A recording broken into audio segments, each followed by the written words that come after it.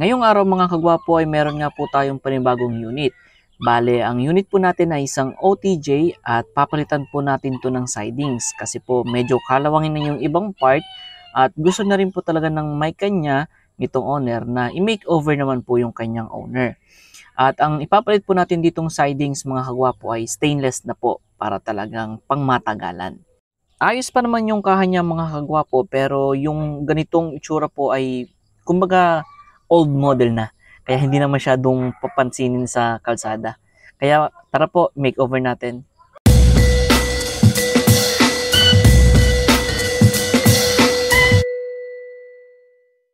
Una po natin gagawin ay tatanggalin po natin yung sidings dyan mga kagwapo. Gagamit lang po tayo ng grinder at ng chisel. Marami pong spot yan mga kagwapo sa likod po ng sidings.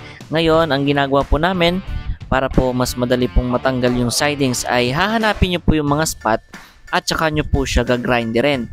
At pag hindi po abot ng grinder, ako naman po yung taga-chisel. Dito nga mga kagwapo, ang ganda ng pwesto natin. Nasa ilalim po tayo ng kawayanan.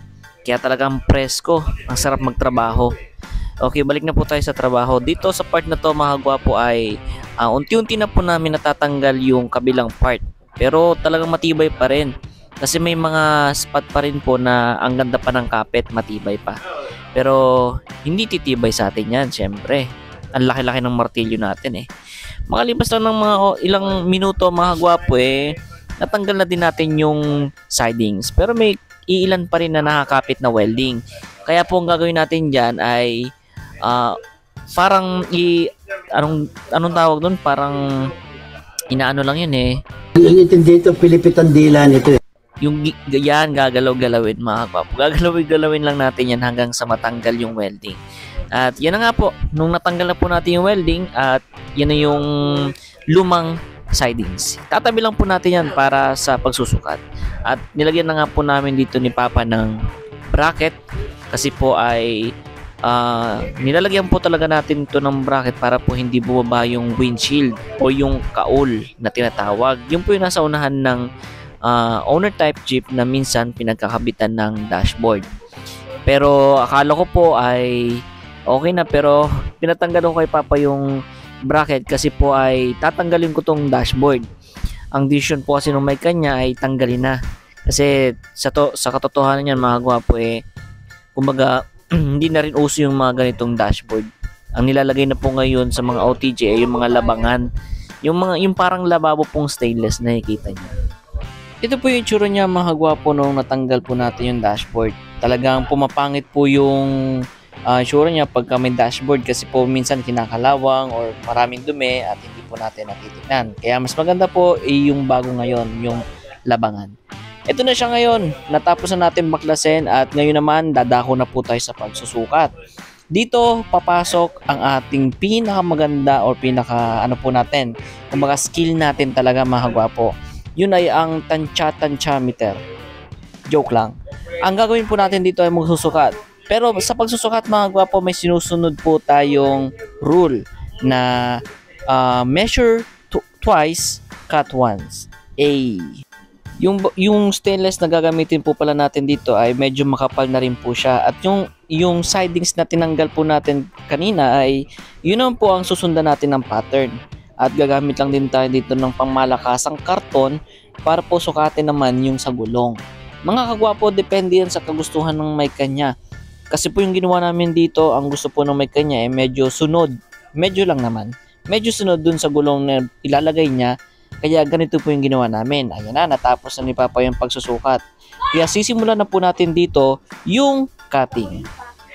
Kaya po sabi ko kanina mga kagwapo ay measure twice, cut once. Kasi po once na putol na po natin o nakat na po natin yung mga ginuhit natin kanina ay hindi nyo na po pwedeng ibalik yan. Kaya mangyayari kung sakasakali po na may magkaroon ng problema kagwapo ay talagang malaking problema yan. Kasi po stainless yan mga kagwapo. Medyo mahal din po yung isang yero ng stainless. At pag nagkamali po kayo doon ay maaari po kayong bumili ulit ng panibago. At ayan na nga mga kagwapo, naputol na po natin yung mga sidings na ipapalit natin. Hindi na nga natin to papatagalin pa mga kagwapo at nandito na po tayo sa bending shop kung saan ipapabend po natin lahat ng kinating po natin. sidings, bracket at yung panglikod niya po na sa gate, sa may tailgate niya po. Bale, ang ginagawa po nila dito, ayan, isa rin po yan sa pangarap po yung magkaroon ng bending machine, sariling bending machine. Kasi medyo mabigat din sa bulsa mga gwapo pagka magpapabend ka. Medyo mahal-mahal din kasi yung pagpapabend. Tapos, nga pala mga gwapo, sila na po yung magbe-bend dyan. Kaya no problem. Nahihintayin nyo na lang po at ituturo nyo na lang po kung paano i-bend. Ito mga tong natapos to, mga bracket to mga gwapo. At yung iba, ayan, bracket muna po pala yung inuna nila. Tapos ang susunod po nila dyan ay yun sa unahan po ng owner. Ito na po yun yung nasa unahan ng owner. At after po nyan, syempre naman yung tailgate na. Isang buong tailgate na yan mga gwapo para wala po tayong welding. Mas maganda po kasi yun, mas makinis. At next na po nilang ginagawa ay yung sidings. At ito na rin po yung unang sidings na ginawa nila at isusunod na rin po yung isa. You know, ang ganda ng pagkakabend mga gwapo. After po natin sa bending shop ay ito na.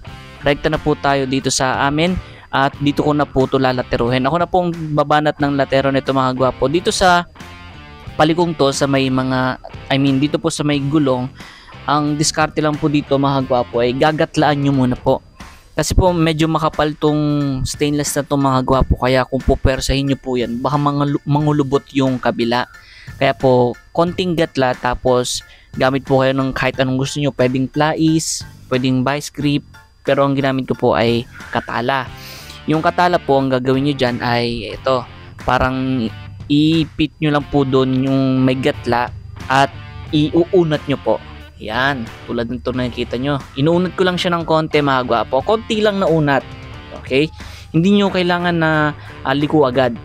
Okay? Dapat konting unat lang. Kasi po, ang magliliko talaga dyan ay yung pagpukpok po natin. Pupukpokin natin yan mga gwapo once medyo unat na po siya. Yan, tulad itong ginagawa ko. Pagkatapos nyan, pupukpokin na po natin yan. Tulad nito, pantay na, di ba? Gagamit po tayo dito ng lower rim block. Ito, lower rim block lang po yung gamit ko eh. Yan po yung ipangsasaloy nyo mga gwapo. Ginagamit po to para hindi talaga magkaroon ng tama dun sa kabila.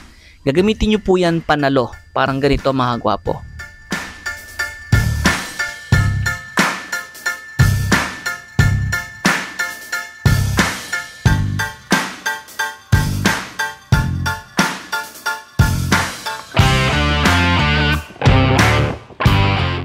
Natapos na nga po natin siyang lateruhin mga gwapo, kaya ito na po yung itsura niya. Mas okay po kasi may gatla. Pero kung wala pong gatla yan mga gwapo, talagang magbabako-bako pa yun sa likod. By the way mga gwapo, hanggang dito muna po ang ating video. Abangan nyo po yung next episode nito. Yun lamang po mga gwapo, maraming salamat.